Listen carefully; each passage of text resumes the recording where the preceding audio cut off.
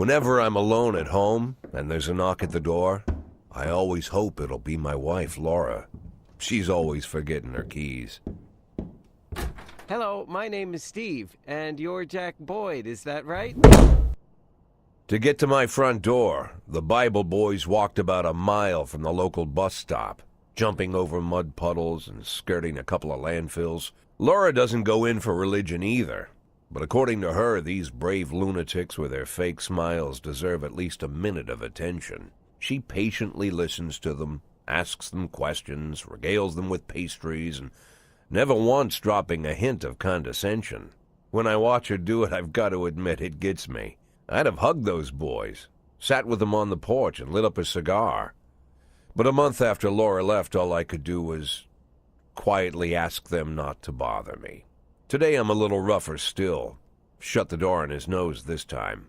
Another couple weeks at this rate, and I'll be greeting anyone who comes close with my service pistol pointed towards the sky, ready to fire my warning shots. In my life, even the basic stuff never goes like it's supposed to. Normally, when a wife is going to leave home, she'll make a scene, or at least sit everyone down for a serious conversation. But Laura just disappeared.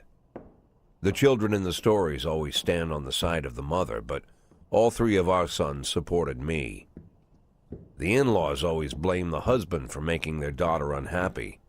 But now Sally, Laura's mother, well, we sort of have a pact. The fellow Laura ran off with is young enough to be her son. I hear he's 30 years old. Of all the possible information a man can know about his wife's lover, I get hit with that. Fortunately, Laura's mother doesn't like the way it sounds either. Sally figures this guy just thought he'd have some fun with a mature woman, but he'll be back chasing college girls before the year is out. So we have an agreement. Sally's going to track down Laura and try to reason with her, and we'll arrange a meeting. Meanwhile, I'm supposed to not do anything stupid, which of course means anything at all. It's a crazy situation. I'm the police chief, and the person I'm trusting to find my wife is an old woman armed with a phone book. But I can't afford to lose Sally as an ally. So for the moment, I had to swallow my pride.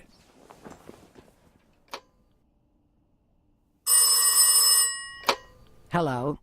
Mrs. Markham, this is Boyd. Oh, is there any news? That's what I wanted to ask you. Have you found anything? An address, phone number? Have you spoken to her?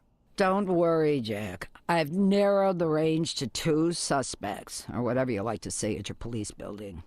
At my police building, we find people faster than a funny old woman chirping on the phone with my wife's girlfriends. Oh, you're an old man, Jack. Come to your senses. They'd give us straight odds on the street. But I've got more energy, Jack. Maybe you think I'm a foolish old woman, but I go to my book club, argue with the girls about Byron, and it gives me energy. I talk to my dogs, and it gives me energy. And you have nothing, Jack. You don't even have a hobby. You got no passion. It's why Laura left you. Let's not go back into that, Sally. Find my wife, and we can discuss my hobbies later. I'm waiting for your call, and my patience is running thin. Laura, if you've stopped loving me, I'll let you go. I can't expect the impossible from you. Just don't let me die out here, okay?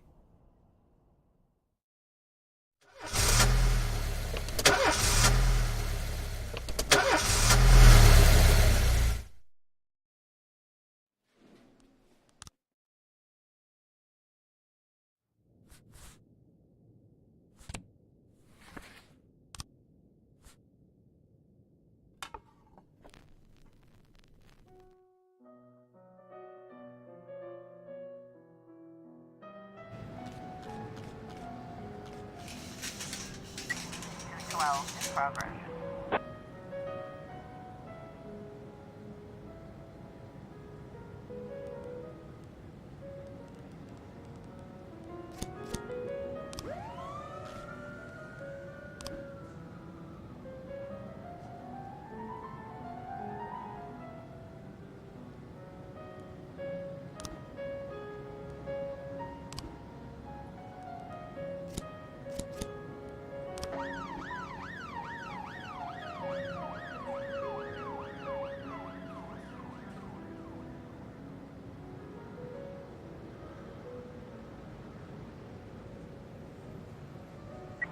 113 feet in progress.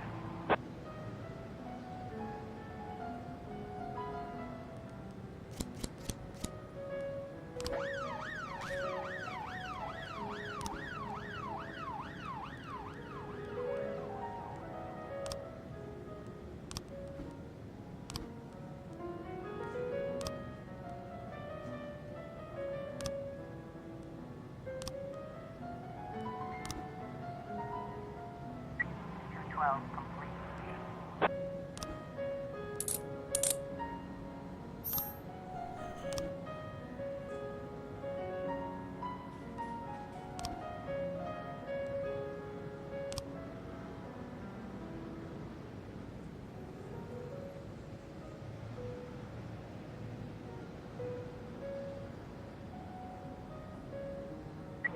1210 in progress.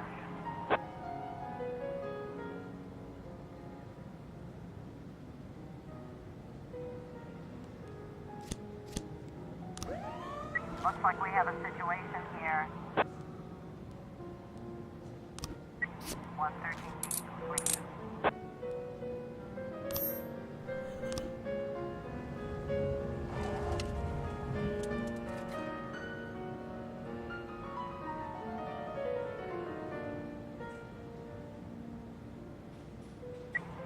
Ten complete.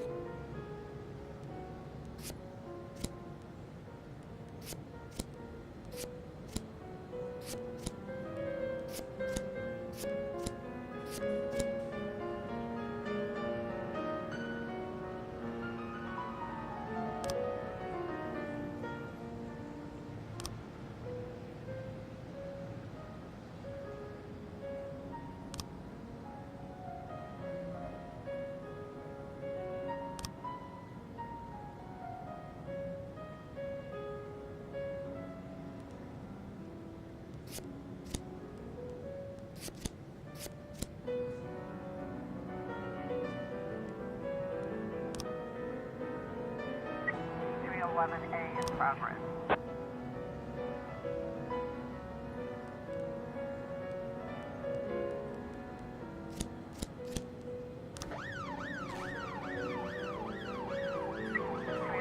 A in progress.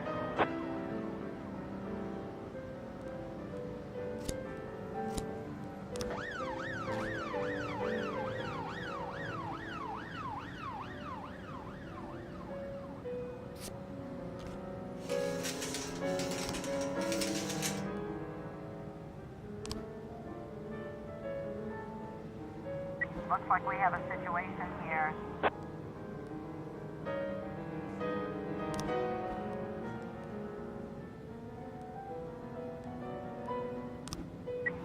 A complete. A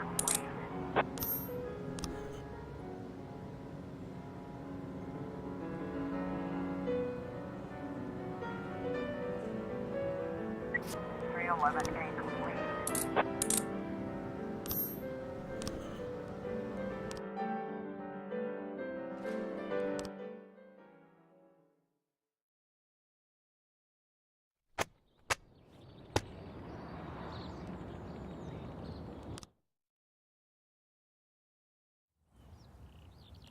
Why would a man need a barn?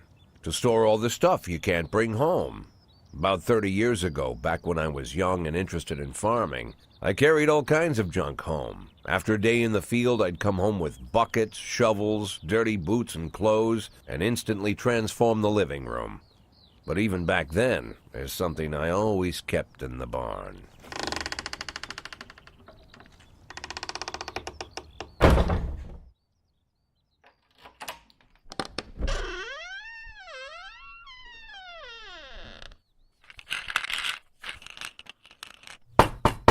I stopped keeping my pills inside the house because every time I was about to take a triple, someone would knock on my bedroom door.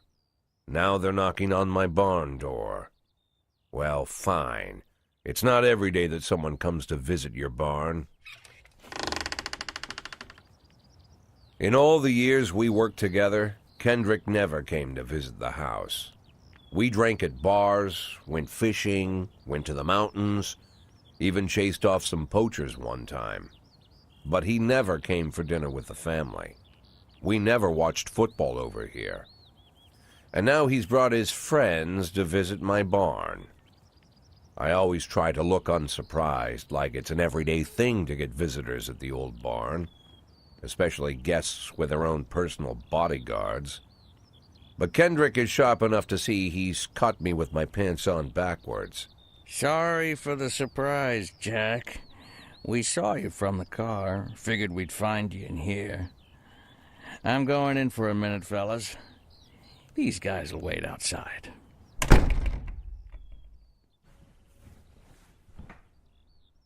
How long you been dating the Lover Boys? They're Sans people, Jack. Yeah. So now you're appearing in public with members of the Mafia? Jack, I'm leaving tonight. More like fleeing. Jenny and I are taking the girls and making a run for it. Probably won't be seeing each other again. I've got new documents, a new name, a new life, everything new. The papers say you're still working your last week for the department. I've got to get out today. I won't be getting another chance. Don't know if you noticed, but the whole city is against me. You told your Mafia friends about your plans. Jackie, if I don't fix everything with them in the next few hours, they're going to kill me. And not just me. My family, my relatives, God, Jack, I don't know who else. They found out that I was planning to run, and they demanded that we close our contract today. Your contract, Frank? Really? Is that how you talk now? Maybe you should call in the lawyers to straighten all this out. Now is not the time, Jack, please. I have a commitment to them until the end of the year. They need an inside line at police headquarters. I can't just give them back the money. That's not how the Mafia works. If I can't find someone I can trust tonight, I'm dead. You know me, Jack. I wouldn't ask you if I wasn't afraid they'd cut my daughters to pieces before sunrise.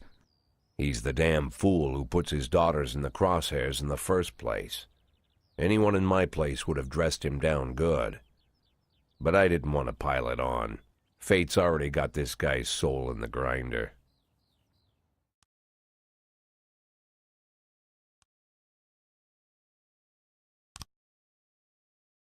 Give him my phone number and tell him it's done. Don't call me. Don't come to work today. I don't want to see or hear from you again. Time for you to go. Jack, Get the fuck out of my nice, cozy barn, Frank.